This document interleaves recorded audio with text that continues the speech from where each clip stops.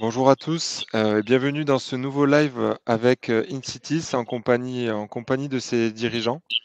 Donc pour rappel, c'est le deuxième live qu'on fait avec InCities pour présenter la société, la technologie et surtout répondre à toutes vos questions que vous pouvez vous poser en tant que potentiel investisseur. Donc aujourd'hui, je suis en compagnie d'Éric Poyetton et de Patrice Paletto. Avant de les laisser se présenter, de présenter InCities, je vous rappelle juste que vous pouvez poser des questions quand vous le souhaitez dans les deux onglets prévus à cet effet, donc soit l'onglet questions, soit l'onglet chat, et on y répondra en cours de live. Donc n'hésitez pas à poser vos questions, c'est fait pour ça, ces moments d'échange.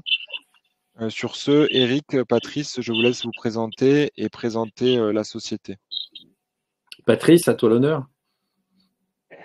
Patrice Paletto, je suis un des cofondateurs de InCities et précédemment, j'étais directeur de la stratégie du marketing et du produit chez Renault Trucks. À mon tour, donc bonsoir à tous, bonjour à tous. Donc Éric Poyetton, président d'InCities.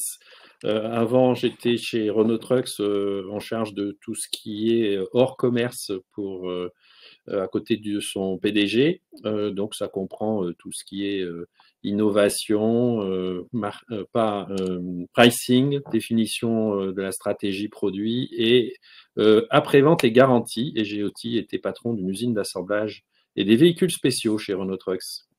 Voilà, enchanté d'être avec vous ce soir. Parfait, merci pour vos présentations, messieurs. Eric, je vais te laisser remettre un peu de contexte. Alors, il y a déjà eu un live qui a été fait qui a présenté la société en détail, mais peut-être remettre un peu de contexte autour de Density et réexpliquer en quoi consiste le projet.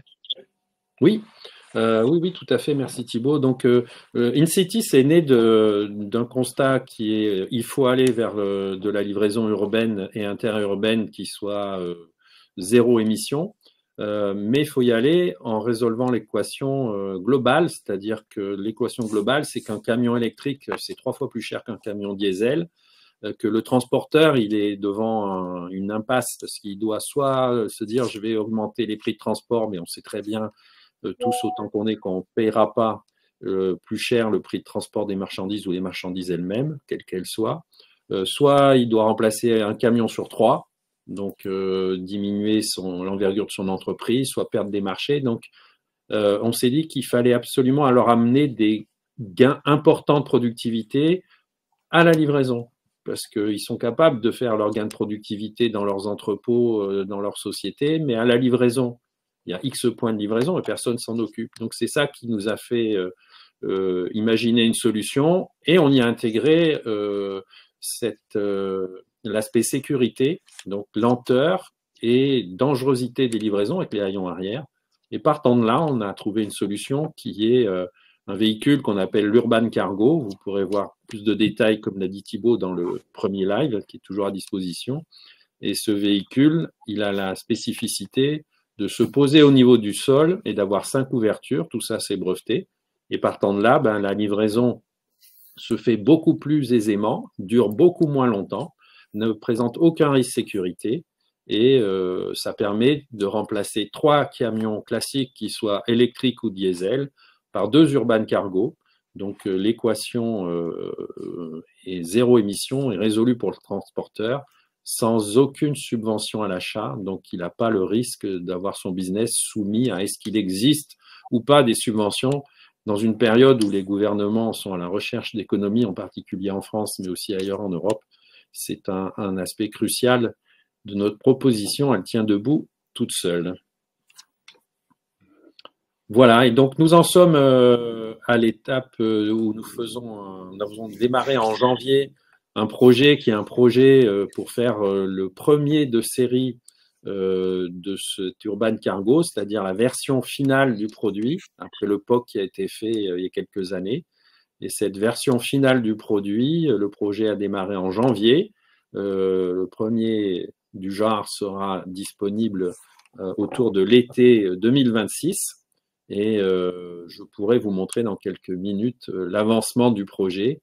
C'est un projet qui va au rythme qu'on avait prévu et qui tire tous les bénéfices de notre choix d'utiliser des composants existants sur le marché, soit dans la voiture, soit dans le véhicule utilitaire, soit dans le bus, etc. Et avec ces composants éprouvés, on n'a pas besoin de faire de l'ingénierie de ces composants. On a des avantages fiabilité. Et dès le début du projet, ça nous a permis en quelques mois de finaliser l'architecture définitive.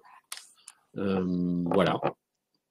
Parfait, très bien, Eric. Effectivement, on va peut-être pouvoir partager, quand Bertrand, tu pourras le faire, partager des vidéos Oui. sur le prototype, justement, et peut-être on pourra partager des visuels pour que ça parle à tout le monde. Alors, la vidéo que je vous propose aujourd'hui, je me présente en 2 mots, désolé, j'ai eu un problème technique, donc c'est pour ça. La vidéo donc moi je suis Bertrand Vidal, je m'occupe de la partie purement commerciale et communication sur InCities. Je suis l'atypique de la team, dans le sens que je suis pas du camion à l'origine, mais plutôt de la logistique et la distribution, en ayant travaillé avec des gros VADistes et des gros logisticiens comme Mondial Relais. La vidéo que je vous propose, c'est une vidéo qui est celle de Cohen. C'est celui qui a créé le camion en collaboration avec l'équipe, comme Eric et Patrice en l'occurrence, et qui montre tout l'intérêt qu'il lui a trouvé à l'intérieur de ce camion. Donc j'espère que ça va marcher. Ladies and gentlemen, I'm Koen Vergem, Managing Director of Chemical Safety. Vous la voyez? Oui. Oui, c'est bon. And initiator of the Bandit project. In 2002, we were challenged by a local beer brewery to create a vehicle for inner-city distribution. Quick loading and unloading to avoid congestion and a safe and ergonomic working environment. The result was a vehicle with a cargo floor at street level, allowing loading and unloading from the side and rear, powered by an electric drive. This improved loading and unloading times by up to 30%. To reduce noise pollution and improve air quality, we integrated the electric drive into the concept. In 2003, we drove the prototype to test and refine the design. In 2004, the Bandit, as the vehicle was named, was introduced to the public. In 2005, we received the European Innovation Award, a prestigious recognition presented at the European Road Transport Show in Amsterdam. These were major milestones. In the years that followed, we optimized the vehicle for city distribution, expanding beyond just the beer brewer. The Bandit proved useful for many types of city distribution, including mobile tire repair service, large glass wall transport, and cheese transport from cave to point of sales. We created true freedom of design by eliminating the rear axle and using 2 independent wheel suspensions, each with its own electromotor. At various trade fairs, we met new potential customers. This led to exciting new projects and studies on special vehicles, such as a power cable truck that could drive independent via satellite control, allowing for 50% faster cable laying per day.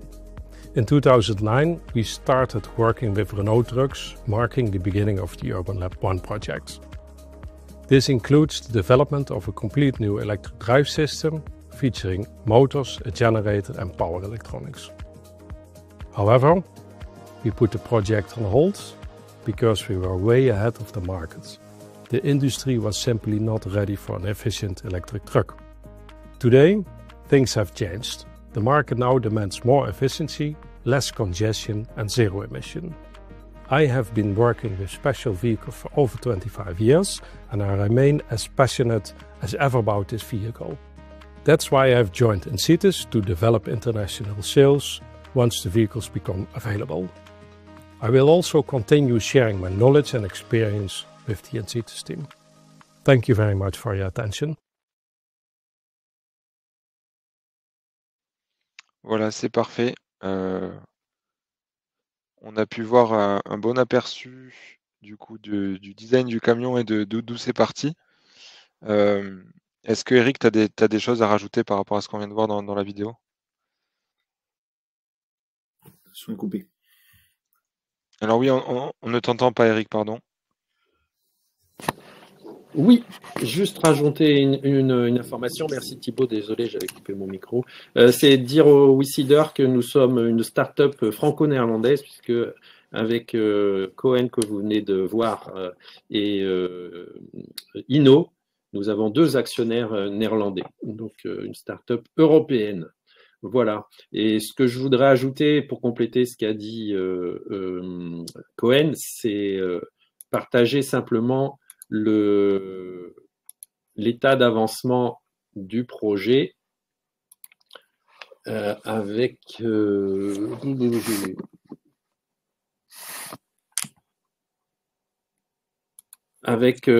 nous en sommes sur le projet aujourd'hui. Donc, vous voyez mon écran. Donc, aujourd'hui, après un projet qui a démarré en mode équipe projet, donc là, il y a plus d'une dizaine de personnes qui travaillent chaque jour sur le projet. Nous avons finalisé l'architecture finale, donc série du véhicule, flexible pour toutes les énergies. Comme prévu, nous serons capables avec cette architecture de mettre une solution batterie plus batterie, une solution batterie plus pile à hydrogène et une solution batterie plus moteur biogaz. Donc ça, c'est une avancée majeure du projet. Dans la période où, vous le voyez encore cette semaine, et le prix des énergies est soumis à des décisions qui sont politiques, avec moins d'efforts sur des fournitures d'énergie électrique renouvelables, une guerre des prix sur le pétrole qui va temporairement avantager les usagers, mais rien n'est certain. Donc nous avons une flexibilité énergétique et elle est désormais prouvée, validée par Patrice, qui est notre chef de projet, notre référent technique et notre CTO. Et puis, la deuxième chose, c'est que l'ingénierie a été finalisée aussi sur la partie usage, donc la caisse arrière, avec une praticité encore augmentée par rapport au prototype, avec encore des gains de temps plus importants que ce que vous avez vu. Donc, les 30% dont parlait Cohen, ils seront atteints et même dépassés. Une meilleure adaptabilité aux marchandises et encore une meilleure flexibilité par rapport au chargement des palettes, allant jusqu'à travailler sur l'angle d'approche de la palette par rapport au véhicule, etc. Donc, vraiment une étape importante qui a été franchie fin avril. Voilà, Thibaut, ce que je voulais ajouter. Parfait. Je pense que c'est bien aussi d'expliquer que voilà, le projet continue d'avancer et continue de respecter sa roadmap de développement, de déploiement, voilà, pendant que la collecte continue, quoi. Tout à fait. Je pense que voilà, ces deux visuels, que ce soit le visuel que tu viens de montrer et la vidéo, permettent de matérialiser un petit peu plus en quoi consiste le projet. Je vous invite à aller regarder le replay du premier live si jamais vous voulez des informations plus précises sur les autres pans de la société. Mais là, ce que je vous propose, du coup, c'est de pouvoir poser vos questions. Donc, vous qui êtes en live, n'hésitez pas à les poser, on va y répondre. Et je vais également me permettre de reposer les questions qui nous ont été posées par ailleurs sur le projet, Oui. pour que voilà, les gens puissent avoir les réponses aussi pendant cette vidéo. Alors, on a une première question de Xavier qui nous demande qui construira les camions, quel client, et est-ce que vous avez des précommandes? Bonjour Xavier, merci de la question. On construira les camions au sens assemblage final, donc on est concepteur, architecte et assemblier, et bien sûr on commercialise et on assure le support après-vente, mais on va assembler les camions sur un site qui aura en rythme stabilisé 300-350 personnes, tous métiers confondus. Y compris de l'administration des ventes, etc., qui sera établi dans un endroit qui nous semble propice en fonction des propositions que nous avons et que nous commençons à avoir. On a fait le choix aussi de réutiliser des sites existants et non pas de construire un nouveau site, et de réutiliser surtout des compétences existantes que nous transformerons en les formant avec l'aide de nos partenaires, dont France Emploi, dont des partenaires régionaux. Les clients, c'est des clients qui font de la livraison B2B en milieu urbain ou interurbain. Donc, on a des clients qui peuvent être des PME du transport comme des grands groupes avec leurs implantations locales et régionales. Donc, c'est ces grands groupes et ces PME qu'on a approchés sous la baguette de Bertrand pour faire un test de commande et de précommande. Et on a décidé d'en approcher une vingtaine. Et sur la vingtaine approchée, on a eu 13 précommandes et lettres d'intention aussi. Donc les lettres d'intention, c'est quand on a approché des loueurs. Le loueur ne fera jamais de précommande puisque lui, il doit avoir la commande de son client, il ne va pas s'engager avant. Mais la lettre d'intention d'un loueur, ça a autant de poids qu'une précommande d'un transporteur. On a des très grands transporteurs nationaux, européens et voire internationaux qui nous ont passé des précommandes, tout comme on a des PME et des groupements de PME sur divers usages et pour les deux versions, batterie plus batterie et batterie plus hydrogène. Oui.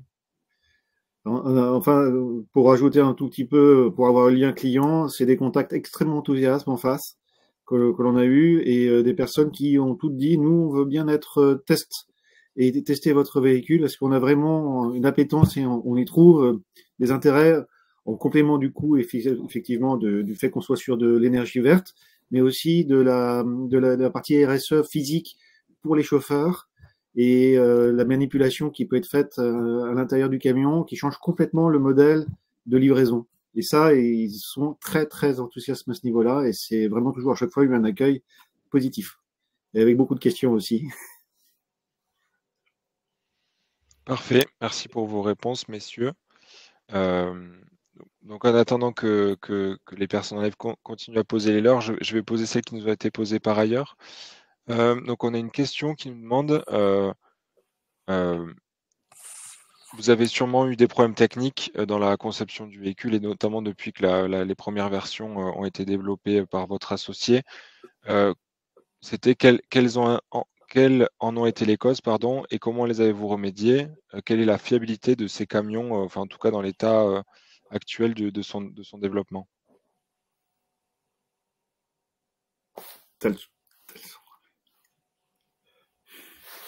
Oui, Patrice, oui, c'est bon. Je vais répondre à la question. Comme il a été dit dans la vidéo, les véhicules que Gemco a construits il y a une quinzaine d'années étaient un peu des véhicules entre guillemets prototypes. Bien entendu, ils ont été prêtés à des clients qui les ont essayés, testés sur route ouverte. Mais c'est une des raisons pour lesquelles le projet était un peu suspendu. À l'époque, les composants pour faire des véhicules électriques n'existaient pas en série. Et par conséquent,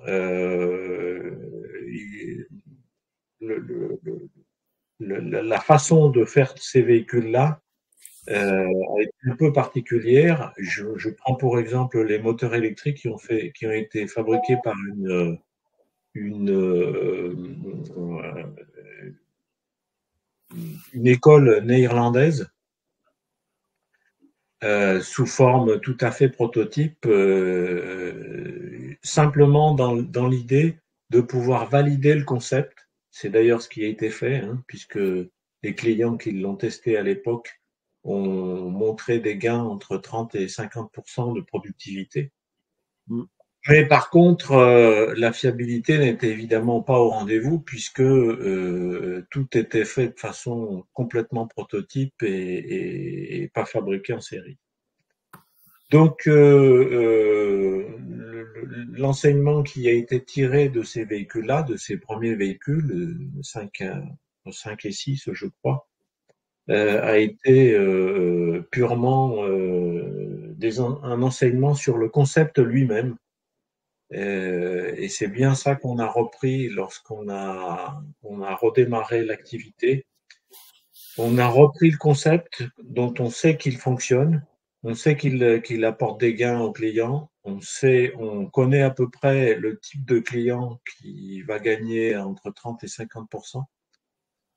Et par contre, notre stratégie lorsqu'on a repris l'étude du véhicule a été d'utiliser des composants existants et en série sur le marché. C'est-à-dire qu'aujourd'hui, les véhicules électriques ont commencé à être produits, à être vendus, des véhicules électriques. Donc, on a des composants, des moteurs électriques, des piles à combustible, bref, un certain nombre des batteries, évidemment. On a un certain nombre de composants qui sont maintenant fabriqués en série et dont on connaît la fiabilité. Et nous, on va assembler des composants existants sur une structure nouvelle. Voilà. Et cette structure nouvelle, elle est nouvelle pour le camion, elle est absolument pas nouvelle sur le marché, puisque en gros, c'est une structure d'autobus. Donc, on va monter des composants sur une structure d'autobus, des composants fiabilisés sur une structure d'autobus connue et fiable. Donc, pour répondre à la question, on en est on a commencé l'étude début janvier, là. On est très, très confiant dans le planning et on est aussi très confiant sur la fiabilité future du véhicule puisque on sait ce qu'on va monter et on sait sur quoi on va le monter. Voilà. Parfait, merci Patrice. Eric? Ah non, j'ai rien à ajouter. Moi, je dirais juste une chose en étant un petit peu plus, en ayant une connaissance du camion plutôt globale. Et pour rendre César, ce qui est à César, au niveau de Patrice, souvent quand j'ai assisté à 2 ou 3 réunions techniques dans lesquelles il échangeait, et on voit qu'à chaque fois ça évolue, on upgrade encore plus en plus le camion sur des technologies qui n'existaient pas, et qui donnent vraiment un update très très fort sur le camion. Et ça c'est assez impressionnant. Et ce que j'aime beaucoup, Patrice, c'est à chaque fois que c'est pas un problème, on va trouver. Et donc à chaque fois ça marche. Donc c'est ça qui est assez sympa. Voilà, c'était juste parce qu'il le dira pas, donc je préfère le dire, montrer un petit peu l'intelligence qu'il y a derrière le InCities et les gens qui y sont derrière. Parfait, merci messieurs. Je vais profiter de ce moment un peu question technique pour continuer avec une question technique. Et après, bon, à moins qu'il y en ait d'autres en live dans le chat, on passera à d'autres questions qui pourront intéresser les investisseurs. Donc il y en a une question qui nous a été posée par Antoine qui dit qu'il a regardé la vidéo et que lorsque la porte latérale s'ouvre, on voit que le plancher ou châssis du camion semble faire au maximum 10 cm d'épaisseur. Comment avez-vous réussi une telle prouesse technologique, sachant que cela doit résister à une forte charge et des contraintes importantes? Quelle est l'épaisseur du châssis? Si le châssis venait à être trop épais, il serait alors nécessaire d'utiliser un haillon et l'intérêt du camion entier serait moins évident que celui que vous présentez. Oui, donc je vais répondre Voilà, à cette question. C'est une grosse question, mais Bon, en fait la question c'est oui, quelle est l'épaisseur et comment vous avez oui. réussi à faire cette prouesse technologique, grosso modo. Oui, on voit bien, et ça a été bien, c'est une excellente remarque, le plancher fait 5 cm d'épaisseur. Pourquoi 5 cm d'épaisseur? Parce que ça permet de supporter la charge et d'éviter que effectivement un rôle ou une palette passe à travers le plancher. Mais la structure du véhicule, c'est pas ce plancher.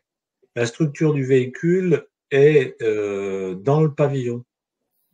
C'est-à-dire que contrairement à un camion traditionnel où la charge est supportée par des longerons qui sont sous la caisse, donc à 1,20 m du sol, là, la charge est portée par le dessus, un peu comme un enjambeur de conteneur.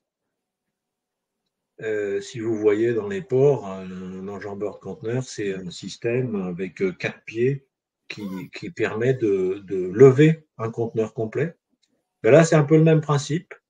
Donc le plancher, en fait, c'est le plancher d'un conteneur. Et en gros, la structure portante est au-dessus de la charge. Donc le plancher fait bien 5 cm, il n'y a pas besoin de haillon élévateur, on charge, on décharge de plein pied avec juste une petite rampe soit basculante, soit amovible. Est-ce que ça répond à la question? Je pense que ça répond très bien à la question. Merci Patrice. On a une nouvelle question de Xavier. D'ailleurs, c'est une très bonne question que j'allais reposer dans tous les cas et qu'on aime bien savoir, que les investisseurs aiment bien savoir. Quelles sont les stratégies de sortie envisagées pour les WeSeeders, du coup, dans le cadre de cette collecte et de cette levée de fonds? Globalement, si on se projette, on a un projet qui va nous amener à évidemment développer l'entreprise, les ventes et notre présence sur le marché en Europe, avec 5 pays qui représentent 80% du marché européen au sens géographique du terme. Hein. On est sur l'Europe géographique, donc on inclut la Turquie, la Suisse en particulier. Et partant de là, donc ça c'est quelque chose qui va être atteint en 2030-2031. Et à ce moment-là, il y aura l'étape du développement international, mais il y aura surtout une étape dans laquelle on va voir venir vers nous des partenaires qui pourront être soit des gros carrossiers constructeurs, soit des constructeurs de véhicules industriels, soit des constructeurs carrossiers spécialisés pour d'autres usages urbains qui auront intérêt à monter à bord et à intégrer ça dans leur offre. Donc ça, c'est une hypothèse plus que sérieuse, puisque c'est des choses qu'on a connues dans le passé du monde du véhicule industriel, qu'il soit poids lourd ou qu'il soit bus. Et il y a X exemples qui se sont passés comme ça. Et donc la route qui est tracée et qui semble la plus probable est celle-ci, et qui permettra une belle sortie pour les WeSeeders.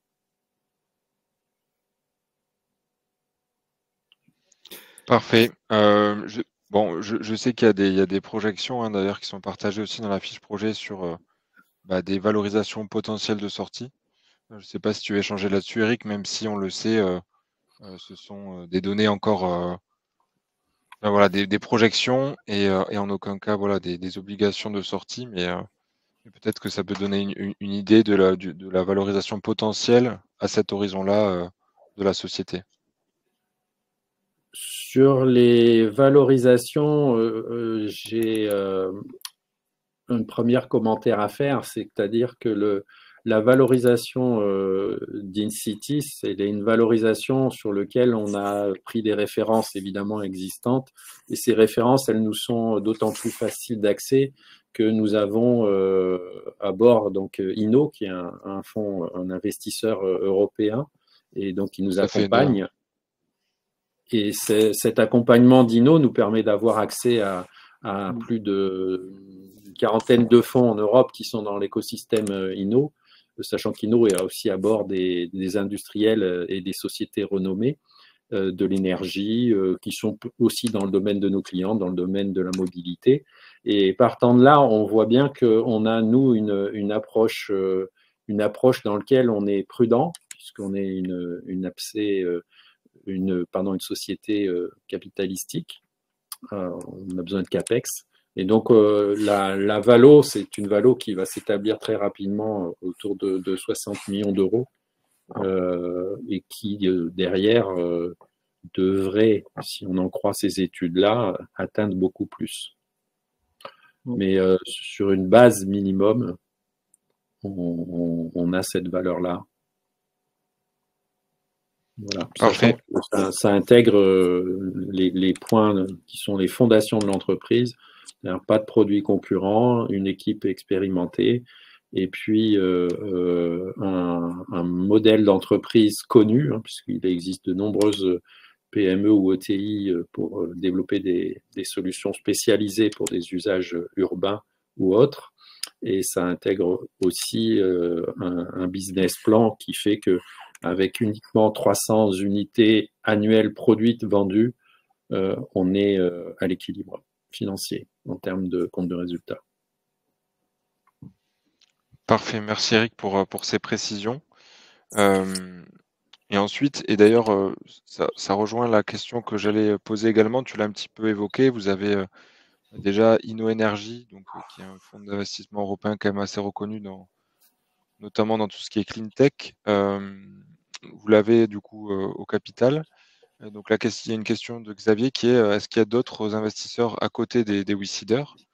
Donc peut-être on peut faire un petit point sur ça, notamment que vous l'avez partagé en news sur le fait que InnoEnergy pourrait réinvestir aux côtés des WeSeeders dans le cadre de cette collecte. Oui, tout à fait, Thibaut. C'est une bonne nouvelle qu'on a eue qui correspond à l'étape qu'on a franchie avec le projet où on a démontré que notre projet avait franchi cette étape importante que j'ai présentée il y a quelques minutes grâce au travail et au management que fait Patrice. Donc, Inno trouve que ça a du sens de réinvestir à côté des WeSeeders. Deuxième information, c'est qu'on est en discussion avec des industriels qui ont des composants existants et qui vont monter à bord du projet et pour qui on représente plus qu'être un client. Ils ont vraiment envie d'être partenaires du projet, de s'investir durablement dans le projet. Et donc, on a 1 à 2 industriels avec qui on est en discussion serrée en ce moment pour qu'ils viennent à bord du tour de table en tant qu'investisseurs. Donc ça nous fait très plaisir dans le sens que avoir des précommandes qui montrent que les transporteurs qui sont nos clients et leurs clients eux-mêmes nous font confiance et trouvent que notre solution apporte la productivité qui leur est indispensable dans la période de bascule vers le zéro émission. D'avoir des industriels de notre supply chain à bord, c'est vraiment aussi un deuxième point fort, sachant que je fais tout de suite une précision, c'est que dans le monde du poids lourd et du bus, les quantités produites sont faibles par rapport à l'automobile. Et donc, il n'y a pas le jeu de changer de fournisseur pour aller trouver un composant moins cher. La façon de travailler de ce secteur qui est dans le B2B, c'est de travailler à l'amélioration du produit pour le bénéfice du client, de l'assemblier comme InCities et de sa supply chain. Et c'est un travail collaboratif. On embarque les clients dans le projet, on embarque les fournisseurs dans le projet et on améliore le produit. Et la relation, elle dure en général la durée de vie d'un produit. C'est à l'occasion d'un gros changement de produit qui arrive tous les 15-20 ans qu'il y a des changements de fournisseurs. Donc, c'est le type d'investisseur. Et puis là, on a des déclarations d'intérêt. Donc, mettons ça sur de la lettre d'intention non écrite pour le moment, de comptes propres. Donc, les comptes propres, c'est des gens qui, pour leur propre compte, ont leur flotte et investissent dans leur flotte de transport. Donc, c'est des flottes spécialisées, quoi. Comme par exemple une société qui livre la blanchisserie en ville. Je ne citerai pas de nom, mais il y a des sociétés qui livrent la blanchisserie en ville. Ils ont leur propre camion. Ça s'appelle un compte propre.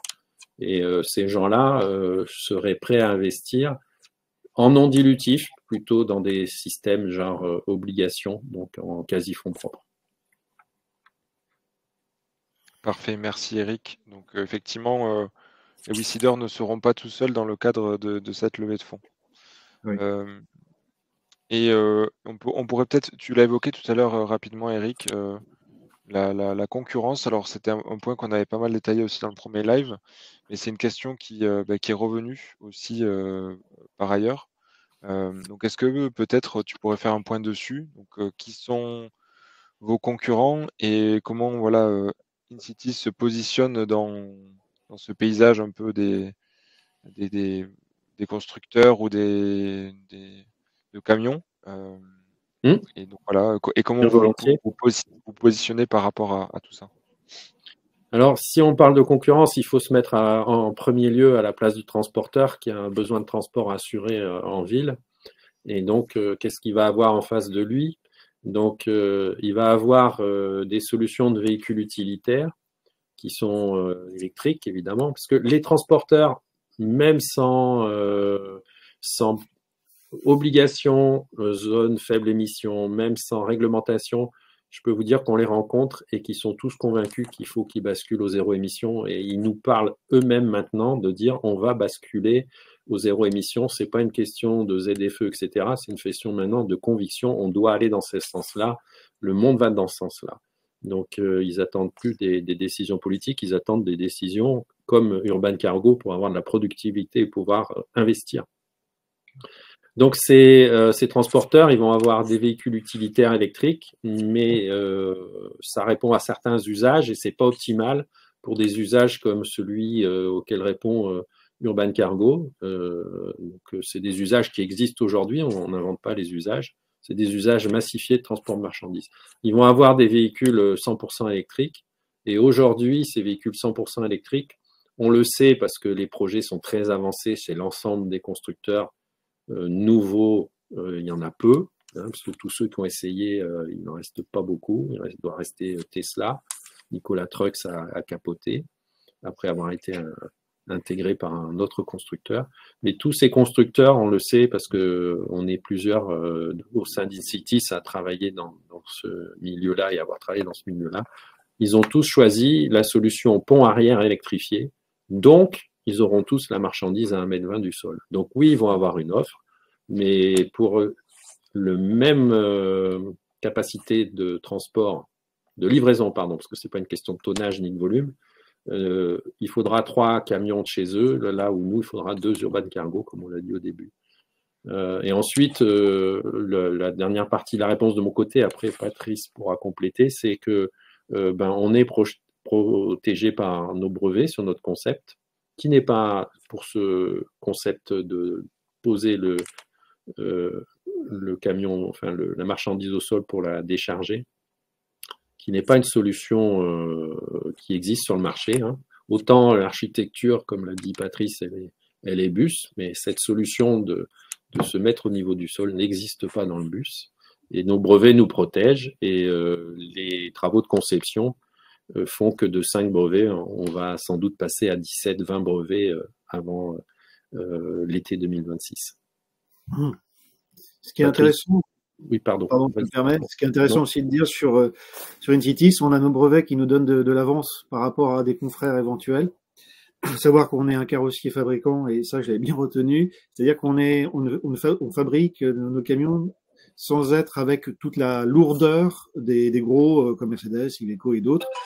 On est surtout sur ce type de camions, et après on a tout sur étagère, donc notre coût d'assemblage est beaucoup plus rapide. Patrice le disait tout à l'heure, on assemble tout et que des choses qui sont updatées et qui sont récentes. Donc à partir de là, on va très très vite par rapport aux autres. Et c'est là où ça devient intéressant parce que nos concurrents, on les dépasse très, très, très rapidement s'il y a concurrents. Et on reste sur une niche, hein, bien sûr. Ce qui veut dire qu'une niche, on ne change pas tout l'univers du camion. C'est-à-dire que Eric disait dans les usages, il y a les camions qui font les grosses marchandises qu'on appelle les long haul, qui font les grandes livraisons. On n'est pas là-dessus aujourd'hui. On est bien sur la livraison urbaine, d'où le nom Urban Cargo. Voilà, je vous mets la tête. Merci Bertrand. Est-ce que Patrice, tu veux préciser autre chose ou Non, c'était très clair. On a un univers du poids lourd qui est constitué de. Alors effectivement, il y a des types de livraison qui sont très adaptés au VU, aux petits véhicules utilitaires. On n'est pas là-dessus. On est sur la livraison massifiée en ville, c'est clair. Après, sur ce créneau de livraison massifiée, il y a 6 ou 7 gros constructeurs dans le monde. Ces 6 ou 7 gros constructeurs ont constitué autour d'eux une sorte d'écosystème. Ils fabriquent tous le même type de véhicule, avec des longerons à 1,20 m du sol sur lesquels on peut poser un peu tout ce qu'on veut. Des toupies béton, des bennes ordures ménagères, des conteneurs réfrigérés, enfin bref, tout un tas de choses. Ça, c'est un écosystème. Nous, on est à côté de ça et on est sur le créneau de la livraison en ville massifiée pour livrer des magasins, en gros. Hein. je raccourcis parce que c'est parfois un peu compliqué. Donc on est là-dessus et on sait, comme l'a dit Eric, pour avoir vu des projets et pour être au courant d'un certain nombre de projets, que tous vont aller vers des ponts électriques.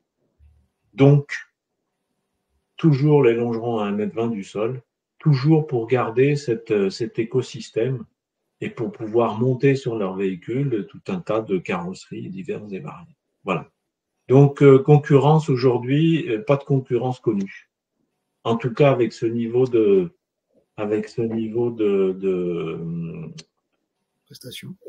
prestation. Voilà. Oui, c'est ça. En fait, eux, ils font plutôt de la série qui va pouvoir s'adapter à plein d'usages, alors que vous, c'est un véhicule qui est adapté à un usage en particulier. Le credo d'un constructeur de camions, c'est je fais le maximum j'offre le maximum de possibilités avec le minimum de composants. C'est-à-dire que j'ai une cabine que je vais monter, que ce soit pour une benne-ardure ménagère ou pour un, comme je l'ai dit, ou pour une toupie béton. J'ai une cabine, ça va très bien. J'ai 2 moteurs, j'ai 3 ponts, 2 essieux avant, et avec tout ça, je fais une combinaison qui permet de répondre à tous les besoins du marché. Dans le monde entier. Et d'ailleurs, un véhicule de Mercedes est tout à fait similaire à un véhicule MAN, par exemple, ce qui fait qu'un fournisseur de toupie béton est capable de monter sa toupie sur l'un ou sur l'autre. Donc c'est un espèce d'écosystème qui fonctionne très très bien, qui rend beaucoup de services et qui fait des camions optimisés. Hein. J'ai pas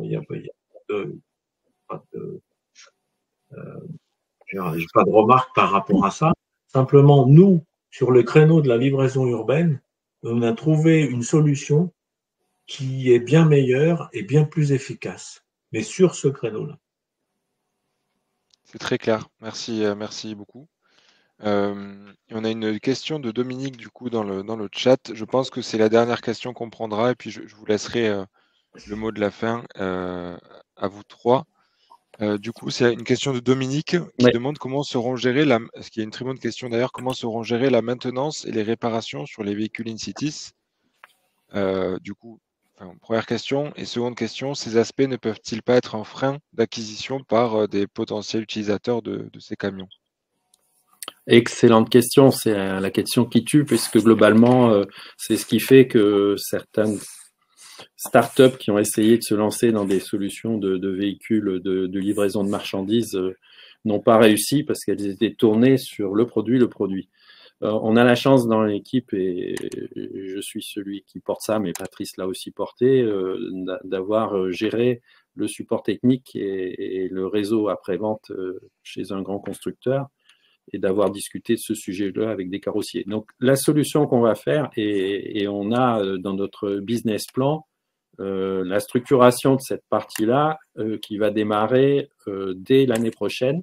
Notre solution, c'est qu'on va s'appuyer sur un leader multimarque de l'après-vente du véhicule industriel en Europe qui a des localisations périurbaines. Parce qu'il faut 2 conditions. Hein. S'il est dans des grandes zones industrielles éloignées des villes, ça ne nous intéresse pas, ça ne sera pas performant. Et donc, on a des discussions avec 3 des leaders européens de cette activité-là. On n'est pas obligé d'avoir un exclusif, mais on va essayer d'avoir 1 ou 2 partenaires maximum. Et ces partenaires, on a décidé, et on a déjà eu des discussions avec l'un d'entre eux en ce sens, de faire une JV dans lequel on pourra avoir un partenariat solide et durable qui donnera confiance à nos clients et qui permettra de gérer aussi bien les aspects pièces de rechange, stockage et distribution de la pièce de rechange, sur lequel on n'a pas la taille critique pour être performant en coût. Donc, il faudra que ce soit du multimarquisme qui soit géré par un acteur. Et puis, qu'il y aura des compétences qu'on pourra former et qu'on pourra accompagner. On aura nos propres équipes de support après-vente à la fois 24/24, 7 jours sur 7, hotline avec nos meilleurs experts qui seront derrière le téléphone, si je puis dire, pour rester simple. Et puis, on aura aussi des équipes qui seront régionalisées, de gens avec un très bon niveau technique, qui auront sans doute travaillé sur le montage des premiers des démonstrateurs et des prototypes internes qui vont servir à l'homologation finale. Et ces gens-là feront l'accompagnement terrain des équipes-là, qui seront des équipes de notre partenaire. On ne s'interdit pas non plus. La solution qui existe, c'est qu'on aura des concessionnaires qui peut-être vendent et entretiennent des bus Iveco, Liège ou autres, qui diront « Ah ben moi, je serais intéressé par prendre votre véhicule en complément, puisqu'il n'est pas concurrentiel. » Donc, ils iront voir leur constructeur de bus préféré et qui leur donnera son accord. Et on le voit, hein, si on fait attention, vous avez des concessions qui peuvent être Renault Trucks et Isuzu, Iveco Bus, etc. Donc, voilà. Donc, c'est vraiment le schéma sur lequel on va s'appuyer parce que, Dominique, vous avez entièrement raison.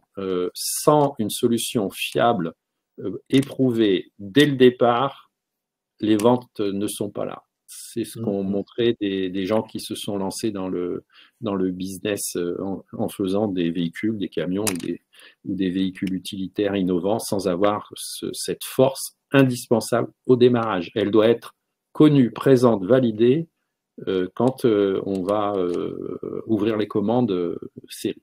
C'est indispensable. C'est un critère, un facteur clé de réussite. La technique n'a jamais arrêté personne. Mais le service, c'est la clé. Et je rajouterais juste un point.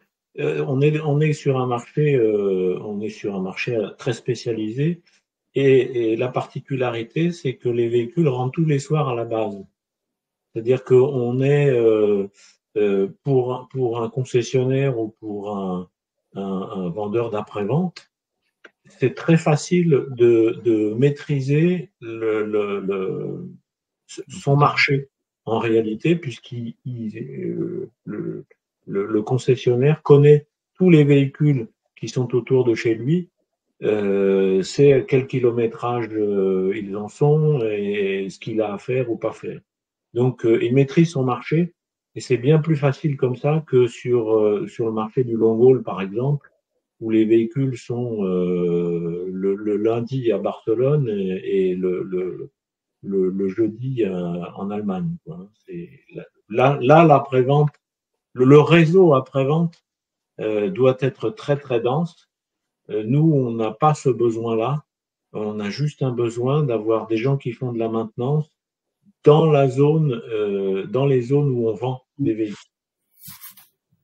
C'est clair. Et si je puis me permettre, Thibaut et Dominique, d'élargir la réponse à la question, donc d'élargir la question. Il y a un point important pour les investisseurs dans notre métier, dans notre business, dans notre secteur d'activité. Une société comme InCities, quand elle sera en rythme installé, elle va avoir 50 à 55% de ses revenus qui viendront de la vente de véhicules neufs et les autres pourcentages, donc 43 à 50. Enfin, je n'ai jamais été bon en calcul, mais ça doit être ça. Bref, qui viendront du service. Donc, une société qui a cet équilibre-là, c'est de la solidité. Et c'est bien parce qu'elle est solide, parce qu'elle est tournée vers la satisfaction client et faciliter la vie du client avec son produit. Mais pour faciliter la vie du produit, c'est les contrats de maintenance, c'est des offres qui peuvent être des offres de système de pilotage des véhicules à distance qu'on fera pas, mais qu'on offrira. On les prendra chez des gens spécialisés, hein, on en voit des acteurs comme ça. C'est aussi s'occuper de la reprise de leur véhicule d'occasion et de la revente de ce véhicule d'occasion. C'est des contrats de location et non pas d'achat, etc., etc.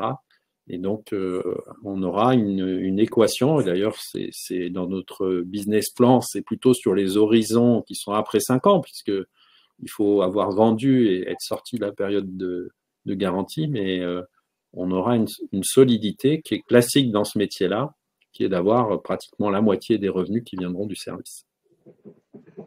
Parfait, merci Eric, tu as bien fait d'élargir la question pour ajouter ces points. Mais merci à vous trois en tout cas pour la présentation et la réponse aux questions. Avant de vous laisser le mot de la fin, je voulais juste refaire un petit point sur la collecte et rappeler aux investisseurs comment la retrouver. Donc, vous pouvez aller sur WeSeed. La collecte InCity, c'est toujours en cours. Elle sera en cours encore courant mai. Aujourd'hui, il y a 160 investisseurs qui ont déjà rejoint l'aventure, on va dire, la collecte. Donc voilà, c'est encore l'occasion de rejoindre. Je profite aussi de rappeler, vu qu'on est en période de déclaration fiscale, que le projet permet de bénéficier d'une réduction d'impôt de 50% sur votre investissement, puisque l'entreprise est classée JEIR.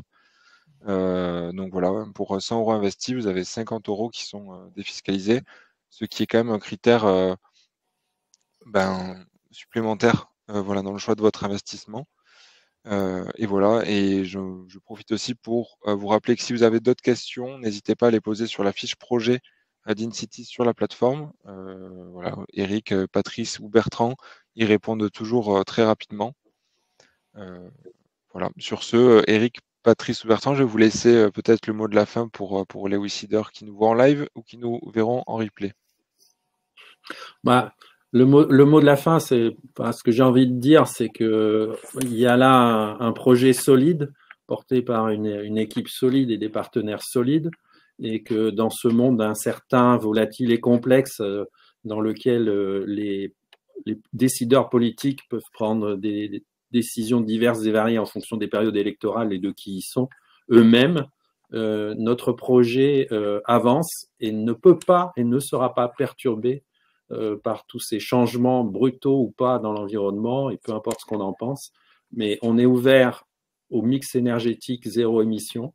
On a une solution qui apporte de la productivité aux transporteurs sans subvention, et on est très heureux de permettre à ces transporteurs, grâce à nous, d'avoir une productivité qui leur permet d'acheter nos produits et de compléter leur flotte par des camions zéro émission des grands constructeurs. Et on est un catalyseur du zéro émission du transport urbain. Quel que soit le contexte qui bouge autour de nous, on réussira. Donc venez à bord, c'est the place to be. Parfait. Merci Eric.